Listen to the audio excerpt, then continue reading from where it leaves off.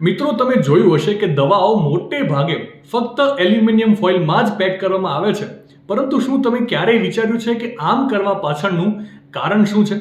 ચાલો ત્યારે હું તમને ઝડપથી જણાવી દઉં કે વાસ્તવમાં દવાઓ પેક કરવા માટે એલ્યુમિનિયમ ફોઇલનો ઉપયોગ કરવા પાછળ ચોક્કસ વૈજ્ઞાનિક કારણો રહેલા છે.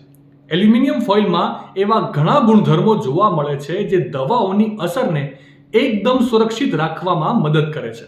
જેમ કે પાણી અને હવાના સંપર્કમાં આવવા પર પણ એલ્યુમિનિયમ ફોઇલ પર કોઈ પ્રકારની અસર જોવા મળતી નથી.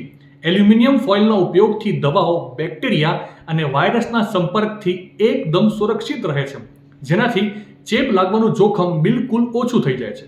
એલ્યુમિનિયમ પર ગરમી કે ઠંડીનો કોઈ ખાસ પ્રભાવ પડતો નથી અને આ રીતે દવાઓ તમામ પ્રકારના તાપમાન અને તેની અસરોથી સુરક્ષિત રહે છે.